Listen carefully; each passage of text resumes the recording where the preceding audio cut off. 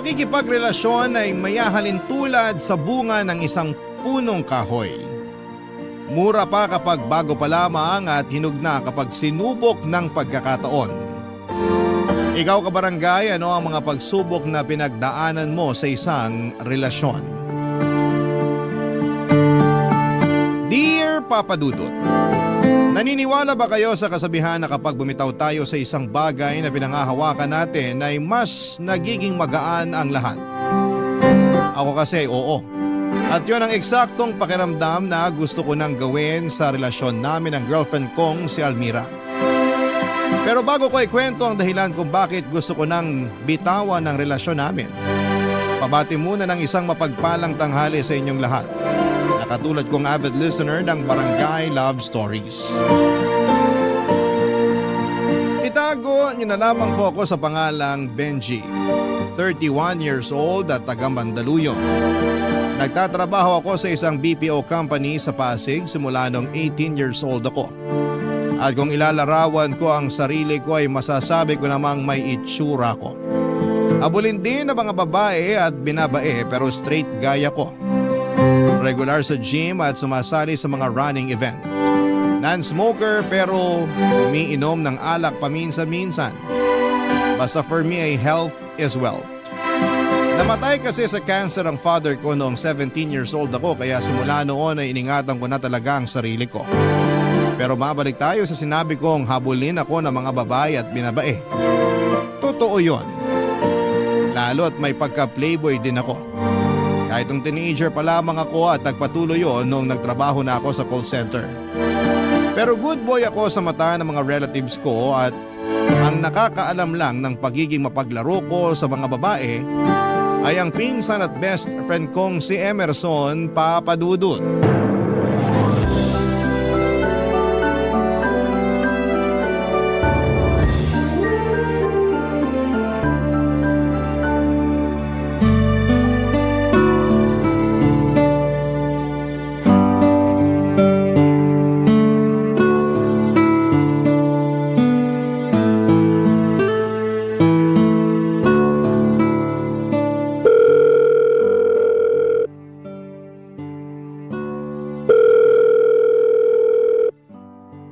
Tagal naman sagutin yung tawag ko.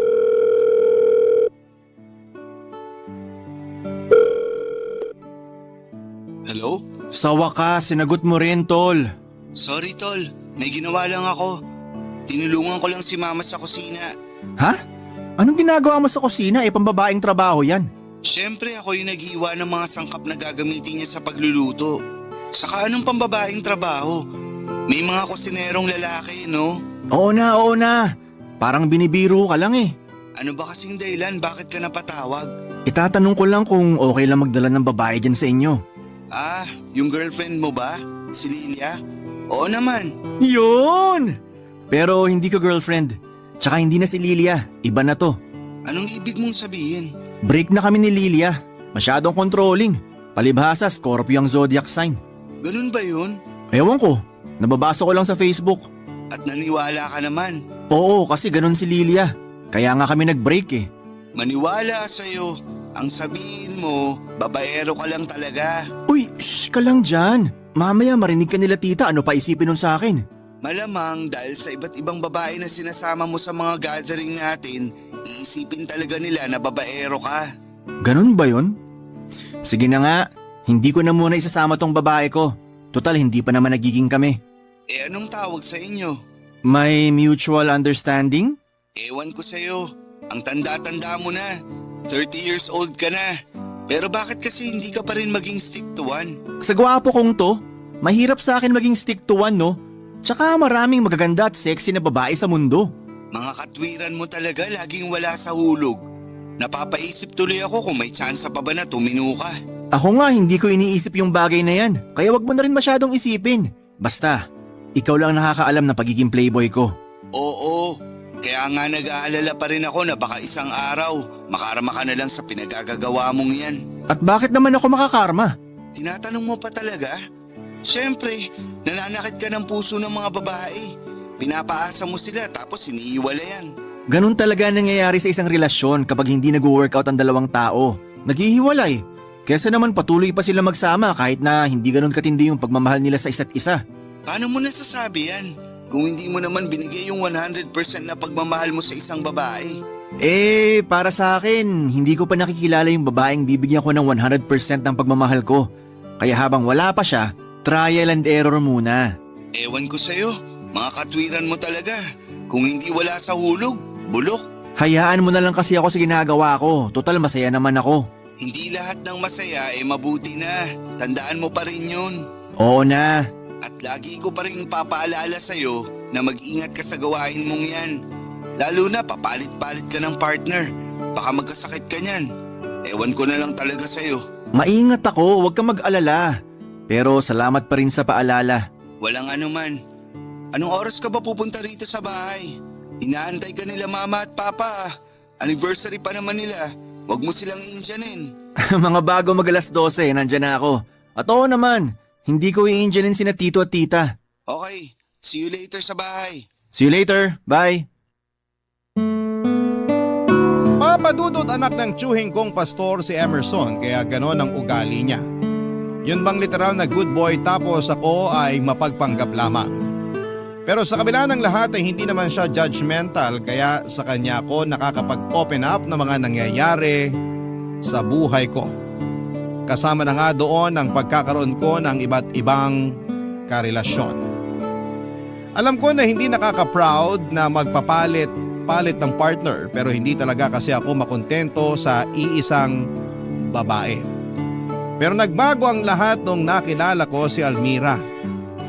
29 years old siya ng panahong yon at nagtatrabaho sa isa sa mga leading bank sa bansa. Nagkakilala kami sa party through a common friend. Ang masasabi ko lang ay na-starstruck talaga ako noon sa kagandahan niya. Tapos ang puti at ang kinis din ang balat niya. Siyempre bilang attracted ako sa ganong klase ng babae, kahinaan ko si Almira. Kaya naman mabilis pa sa alas 4 na pinormahan ko siya. Hiningi ko kaagad ang number niya at bagay na hindi naman niya pinagkait sa akin. Doon na nga kami nagumpisang mag-usap at nalaman ko nga na NBSB siya o no boyfriend since birth. Kaya naisip ko na chance ko na yon para mapasagot siya at maging kauna-unahang boyfriend niya. At hindi nga nagtagal ay nagbunga ang pangungulit ko sa kanya. Effort at panunuyo. Nang pumayag siyang magpaligaw sa akin, papadudot. Pagkalipas nga ng 2 buwan ay sinagot na niya ako at ganap na kaming magkasintahan.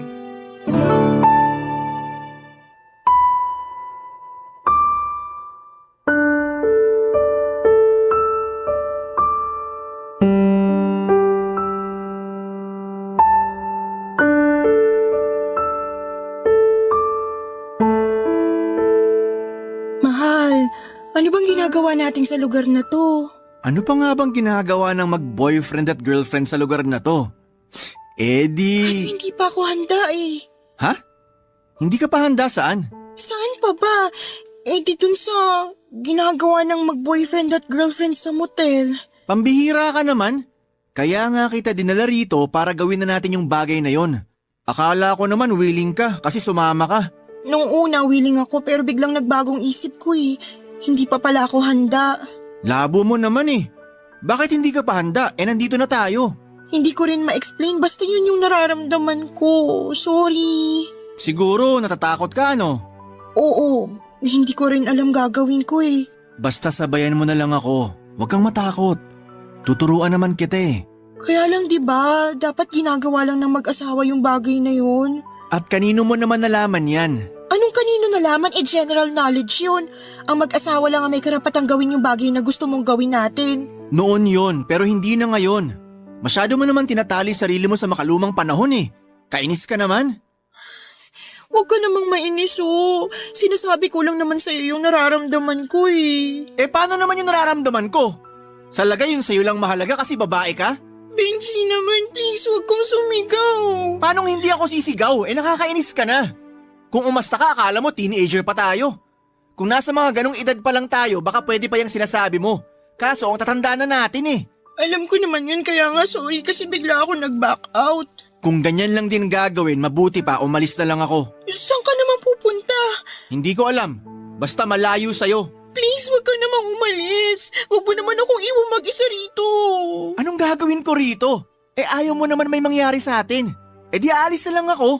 Bahala ka na sa buhay mo. Nagtatampo ka ba? Hindi ba halata? Alata kasi daig mo pa yung batang nagtatantrums dahil hindi na pagbigyan. Lalaki ako at may pangangailangan ako. Kung hindi mo kayang ibigay sa akin yun, mabuti pa, wag mo na lang akong insultuhin. Kung ano-ano pang sinasabi mo dyan. Sorry na kasi. Ano bang pwede kong gawin para hindi ka na magtampo? Alam mo kung anong gagawin mo. Matanda ka na.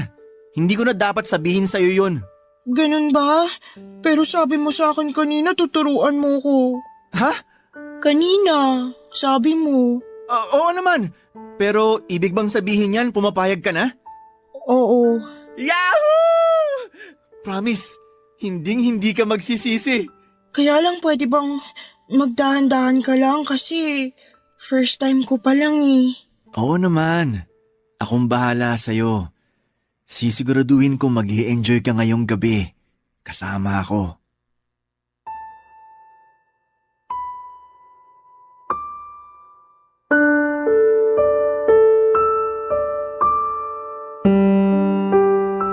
Papadudod doon ko na-realize na medyo makalumang tao si Almira.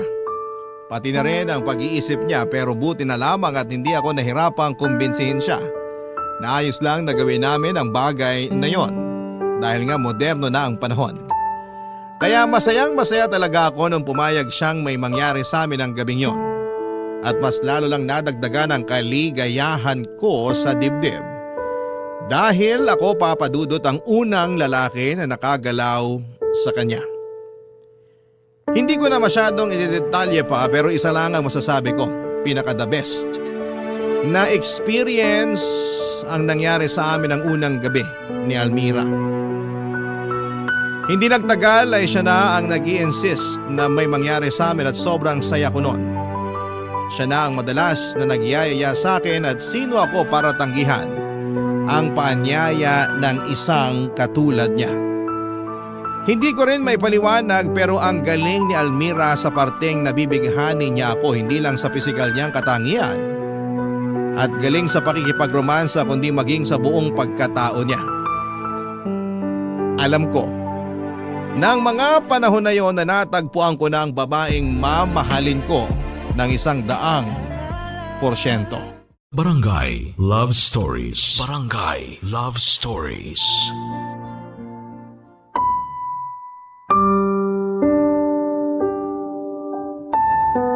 Papadudot ang unang beses naming ginawa na ni Almira yon ay nasundan pa nga ng mas marami pang beses. Masaya ako kasi hindi lang ako ang nag-i-enjoy sa mga ginagawa namin kundi maging siya rin. Minsan pa nga niyang nasabi sa akin na ginising ko raw ang natutulog niyang pagkababae. Kaya medyo proud ako pagdating sa bagay na yon. Kaya lang kung hindi naman kami magkasama ni Almira at kung walang nangyayari sa amin ay subsob sa trabaho ang girlfriend ko. Palibhas ay mataas ang posisyon niya sa pinagtatrabahuhan niya, bagay na hindi ko kinatutuwa lalo kapag feeling ko ay wala na siyang oras sa akin. Kaya nga hindi ko naman napigilan ang sarili kong tumingin sa ibang babae. Pampawala ng lungkot o bagot sa relasyon namin ni Almira. Sa ganong paraan ay hindi ko masyadong dinaramdam ang pagtanggi niya sa pag-aaya kong lumabas. Kesyo marami nga siyang ginagawa sa trabaho o pagod dahil sa trabaho. Pero sigurado naman ako sa sarili ko na mahal ko si Almira dahil hindi naman ako nahuhulog sa mga babaeng nagugustuhan ko. Gusto ko lang silang kasama. Hindi ko naman sinabing mahal ko na, papadudot.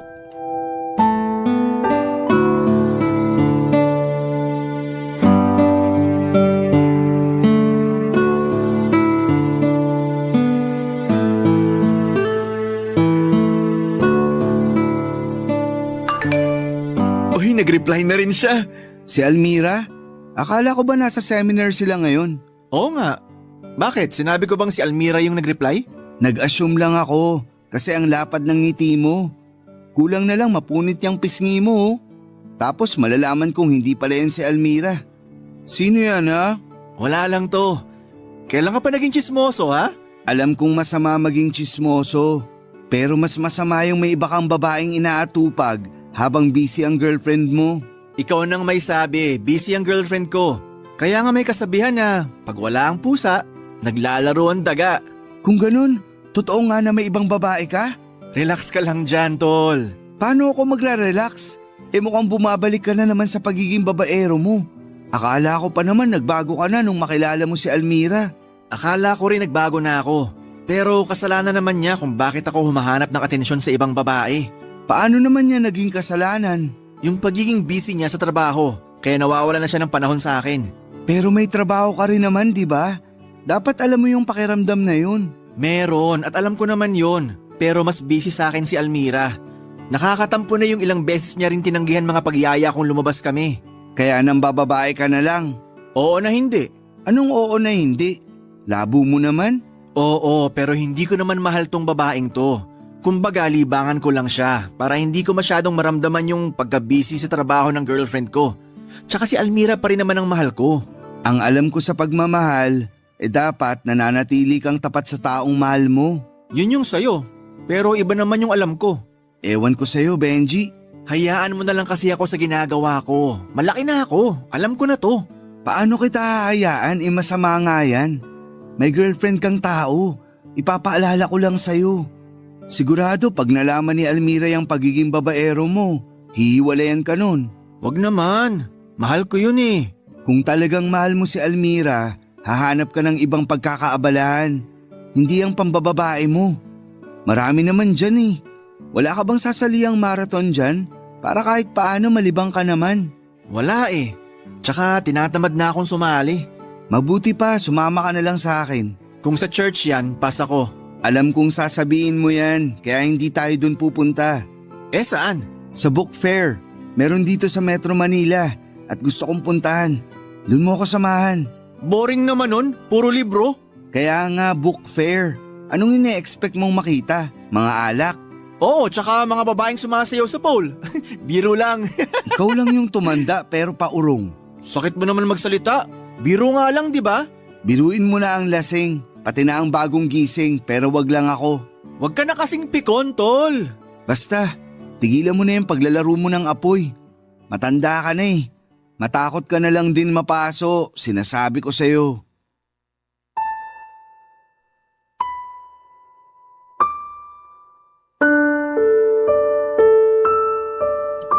Papadudot aminado naman ako na masama na ma-in love pa ako sa ibang babae lalo na at may girlfriend na ako. At si Almira nga yun.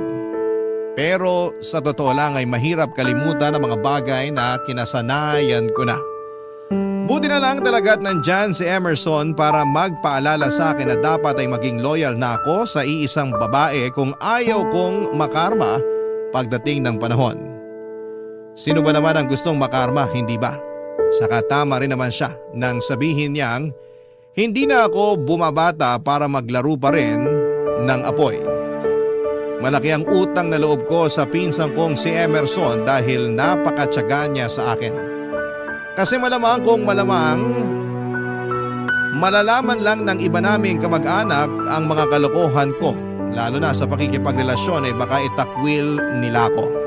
May ugali kasi sila na ayaw nila na nababahira ng kahihiyan ng angka namin, lalo na at karamihan sa mga kamag-anak namin ay may tungkulin sa simbahan. Pero syempre wala namang tao na pinanganak na perpekto at kabilang na ako doon. Bata pa lamang ay hindi na ako close sa parents ko dahil pinipilit nila sa akin ang relihiyon nila. Kulang na lang ay itakwil ako ng mga magulang ko. At dahil wala naman akong kapatid ay wala akong nagiging kakampi. Pero nung nagkasakit ang mama ko, ako ang nag-alaga sa kanya. Ganon din si Papa kaya naman noong nawala sila bagaman masakit. Ay laking luwag naman sa dibdib ko yon. Hindi kasi birong mag-alaga ng may sakit lalo na at mag-isa ka lamang sa buhay. Papadudot mabilis na lumipas ang mga araw at sa tulong po ni Emerson ay nakadiskubre ako ng bagong hobby na magugustuhan ko kaya naman hindi na ako kating-kate na makapang babae. At yun nga ay ang pagluluto. Nag-aral akong magluto ng iba't ibang putahe mula sa recipe book na nabili ko sa book fair na pinuntahan namin ng pinsan ko para kay Almira. Sa ganong paraan ko na-impress ang girlfriend ko at masayang masaya ako kapag nagugustuhan niya ang putaheng hinahain ko, Papa Dudut.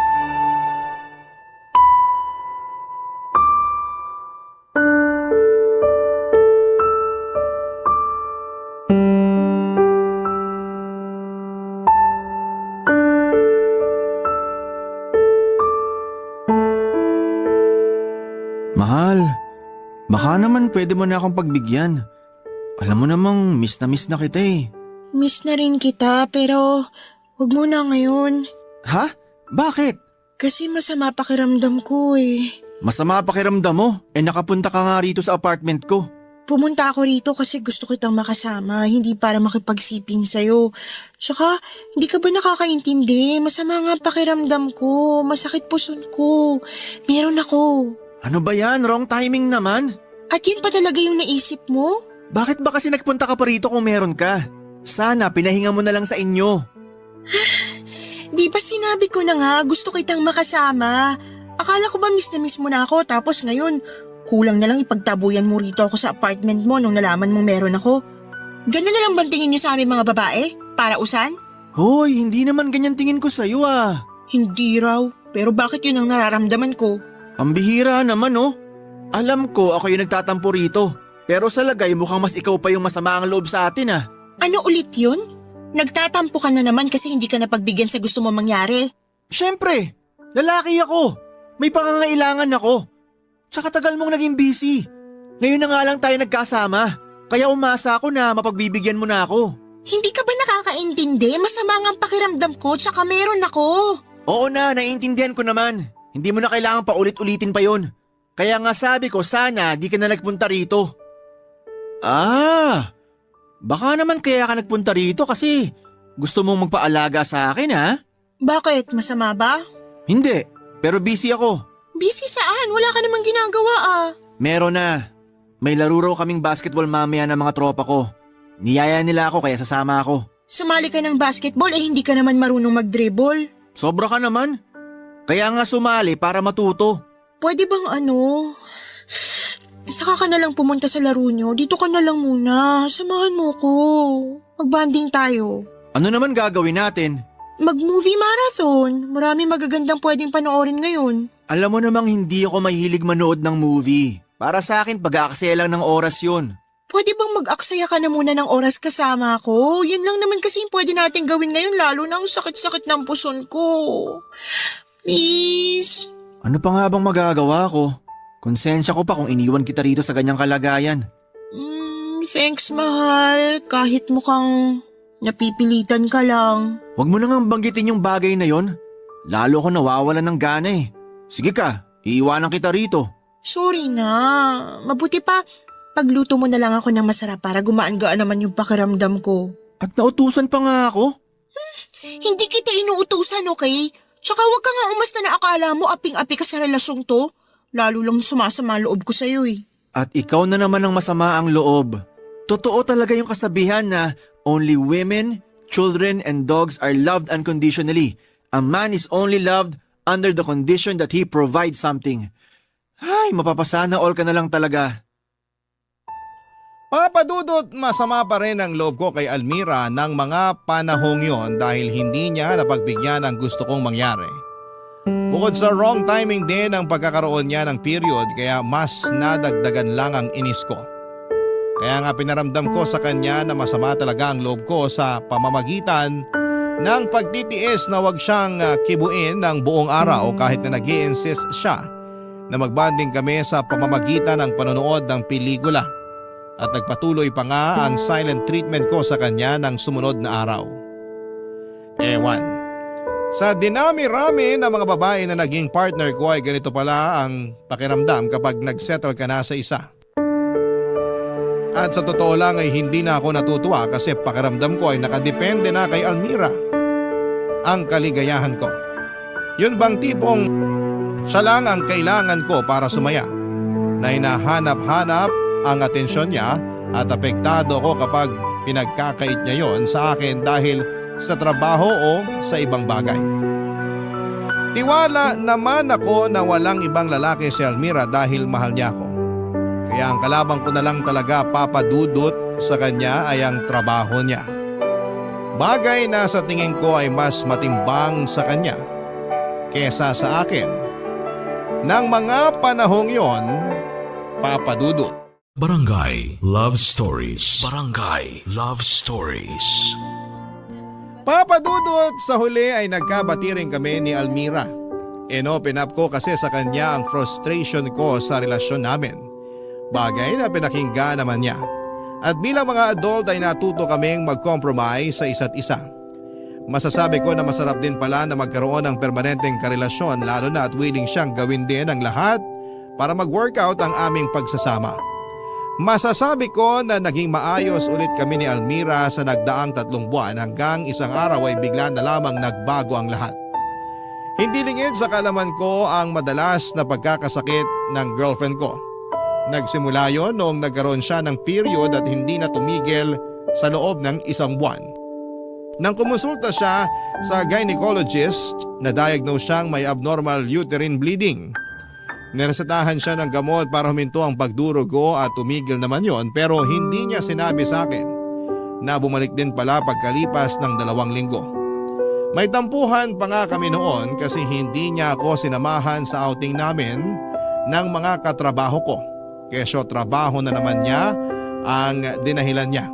Kaya nga noong kinompronta ko siya ay doon ko na nalaman ang katotohanan, papadudot.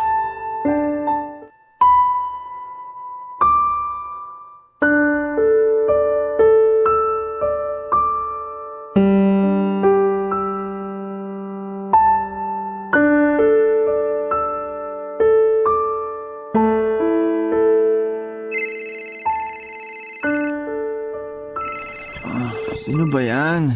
Aga-aga. Storbo. Hello? Hello, mahal. Oh, mahal. Aga pa. Napatawag ka. Oo nga pasensya ka na. Busy ka ba? Hindi naman, pero natutulog kasi ako at naistorbo mo lang naman ako. Alam mo namang graveyard shift na kami, kaya tulog ako sa araw. Pasensya ka na, nakalimutan ko. Masyado kasi akong occupied. Occupied sa work mo? Hindi na bago yun. Mas madalas pa nga na trabaho mo laman ng isip mo kesa relasyon natin. Ayoko magsimula ng away, pwede ba? Hindi pwede kasi may init ulo ko ngayon. Lalo sinira tulog ko. Kailan ka ba magmamature? Alam mo, tama yung nakwento mo na sinabi sa'yo ni Emerson na tumatanda ka ng paurong. Grabe ka naman. Kung tumawag ka lang para ipamukha sa akin ng bagay na yan, mabuti pa, ibaba ko na tong phone para makatulog na ako ulit. Pag ako napuyat talaga mamaya sa trabaho, sisisihin kita. Mamaya mo na ibaba. Bakit ba kasi? May gusto ka bang sabihin? Oo, meron. Ano ba yun? Sabihin mo na bago pa kita matulugan. Antok na nga sabi yung tao Ano kasi, nalaman ko na yung result ng biopsy ko, mahal. Ha? Anong biopsy? Yung tungkol sa pagdurugo ko. Bumalik kasi ulit yung pagdurugo kahit na umiinom na ako ng gamot na nireseta ng gynecologist ko kaya pinayuhan niya ako na magpa-biopsy. Yun yung kukuha sila ng sample cells o tissue sa katawan mo para itest sa laboratory. Sandali. Hindi ko kasi masyadong maintindihan. Hinay-hinay ka muna, okay? Kagigising ko lang, yan agad bungad mo. Sorry, kasi hindi ko lang alam kung paano tatanggapin yung result. Natatakot ako, mahal. Ano ba yung result? Yung diagnosis, hyperplasia with atypia, ibig sabihin, cancer. May cancer ako, mahal. Sigurado ka ba dyan? Baka nagkamali lang sila. Hindi sila pwede magkamali, mga eksperto yun. Ano na raw gagawin sa'yo? Hindi ko alam. Hindi ko pa alam. Ayoko pang alamin kasi natatakot ako. Hindi naman pwede yun. Kailangan mong alamin kasi mas nakakatakot kung wala kang gagawin. Siyempre meron naman, pero sa palagay mo ganun kadali tanggapin yun? Akala ko hormonal imbalance lang yung nangyari sa akin Na simpleng pagdurugo lang na madadaan sa gamot pero bakit naman nauwi sa ganito? Hindi ko alam yung sagot sa tanong mo, pero pupuntahan na lang kita. Nasan ka ba ngayon? Nandito ako sa may convenience store malapit sa clinic ng gynecologist ko. Puntahan mo na ako rito kasi naiiyak na ako. Huwag kang umiyak. Nakakahiya naman sa ibang tao na makakakita sa'yo. At nakuha mo pa talagang isipin sila kaysa sa akin. Huwag ka na makipagtalo. Paalis na ako. Diyan ka lang, pupuntahan kita. Wag na, uuwi na lang ako. Kaya ko na palang sarili ko. Almira naman! Bye. Hello? Hello? Mga babae talaga!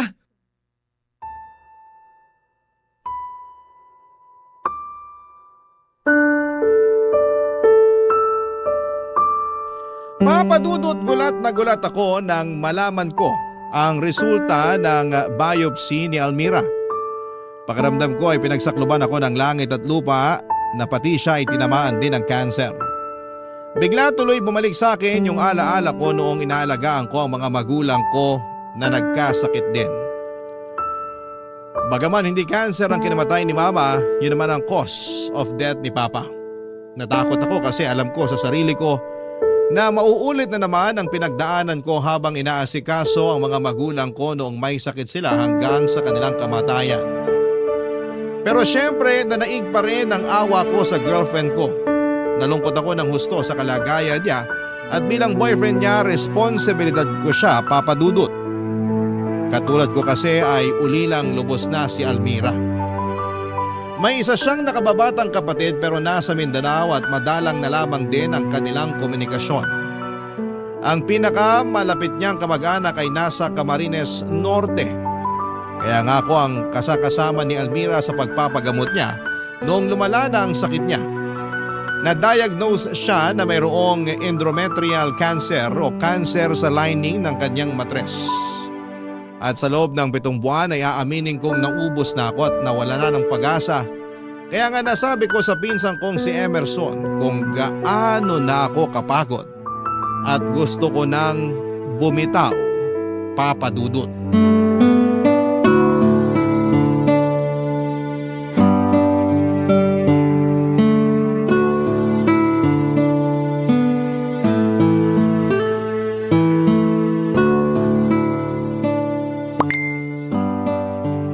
Wow, ang sexy naman niya.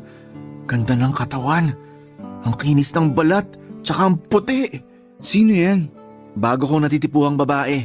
Natitipuang babae? May girlfriend ka na, di ba? Oo, pero hindi ko kasi mapigilan. Kahinahan ko mga mapuputi tsaka makikinis ang balat. Tol, nasisiraan ka na ba ng ulo? Alam mong may girlfriend ka pero nakuha mo pang mambabae. Ipapaalala ko lang sa'yo na may sakit si Almira. Dapat inaalagaan mo siya at hindi pinasasakit yung ulo niya. Yun naman ginagawa ko. Inaalagaan ko siya. Pero nakakapagod na. Anong sinabi mo? Nakakapagod nang mag-alaga sa kanya. Parang hindi naman kasi umuokay yung kalagayan niya. Parang di naman tumatalab yung mga gamot sa kanya. Pareho na kaming nawawalan ng pag-asa na baka gumaling pa siya. Kaya nga mas lalo mo siyang alagaan. Lalo mo siyang tutukan. Kasi kailangan ka niya ngayon. Pero pagod na nga ako, Tol. Hindi ka ba nakikinig? Pagod na ako. Nung nagkasakit parents ko, ako nag-alaga sa kanila. Wala akong katulong kasi wala rin naman akong mga kapatid. Kung dumadalaw man kayo sa kanila, saglit lang.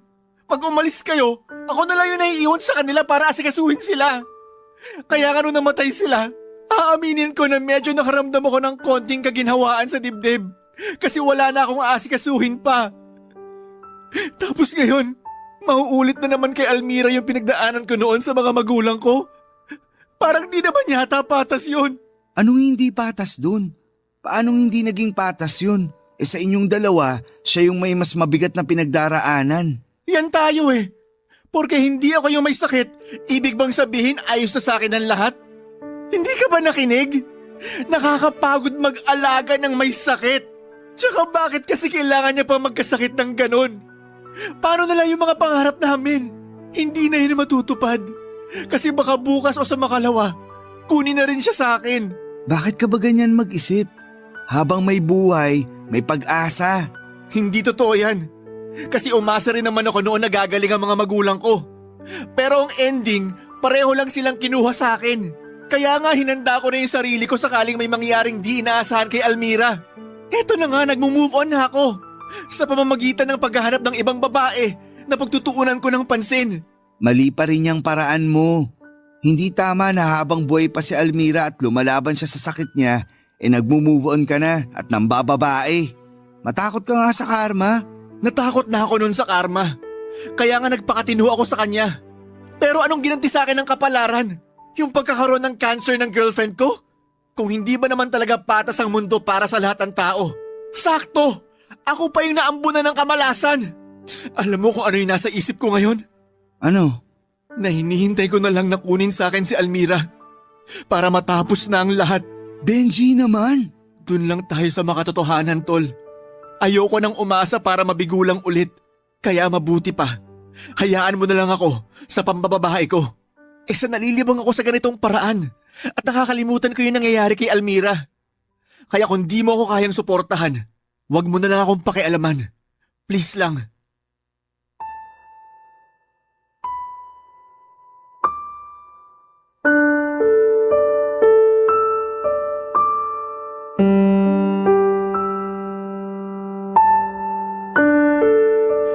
Papa Dudut, hindi nyo ako masisisi kung ganon ako mag-isip dahil napaka-unfair ng tadhana sa akin. Sa lagay, yun ba ang premyo ng pagiging mabait at stick to one sa isang relasyon? Yun ba ang balik ng karma kapag tuluyan na akong nagpakatino?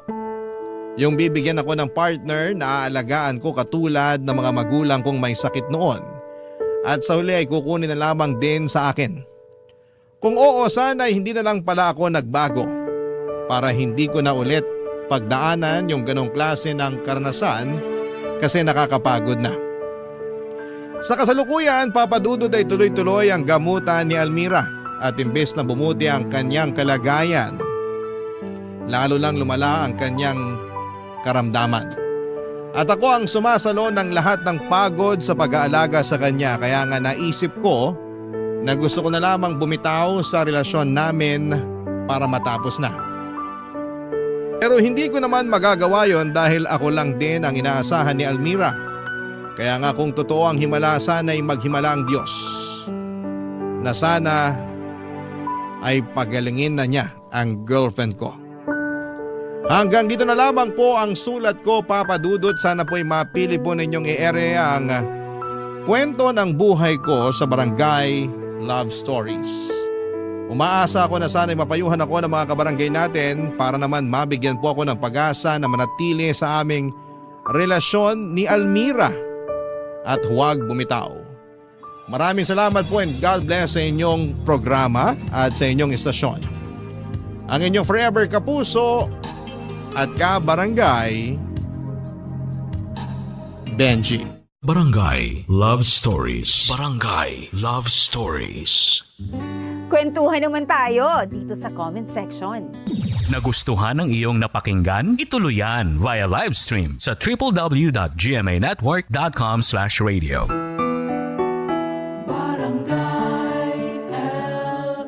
In Mega Manila, 97.1. Forever.